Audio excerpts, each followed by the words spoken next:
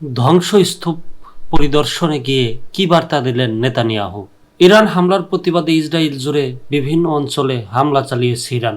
রাতভর চালানো এ হামলায় দখলদারদের হাইফা ও তেল আবিব শহরের বিভিন্ন অবকাঠামোয় ব্যাপক ক্ষয়ক্ষতির খবর পাওয়া গেছে। ইরানের এসব হামলায় ইসরায়েলের কমপক্ষে 10 জন নিহত হয়েছে।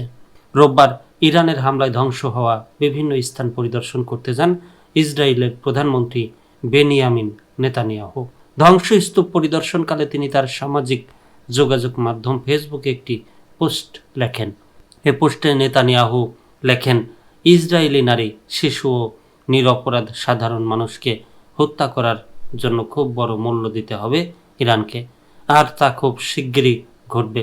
আমি এখন ঘটনাস্থলে আছি উদ্ধারকারী দল ও ফ্রন্ট কমান্ডের সঙ্গে।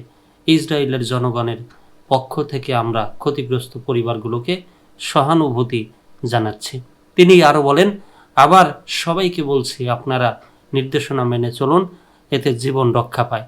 আমরা এখন টিকে থাকার লড়াইয়ে আছি এক নির্মম শত্রুর বিরুদ্ধে যারা আমাদের ধ্বংসের পরিকল্পনা করছে। নেতানিয়াহু বলেন, আমাদের সেনারা ও পাইলটরা সাহসের সঙ্গে তাদের কাজ করে চলছেন ইরানে।